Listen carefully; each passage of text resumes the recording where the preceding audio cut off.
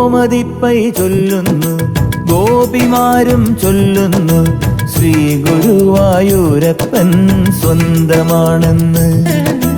നന്ദിനിക്കും മക്കൾക്കും സുന്ദരിത്തൈ വല്ലിക്കും ചന്തമേറും ശ്രീകൃഷ്ണൻ ബന്ധുവാണെന്ന്.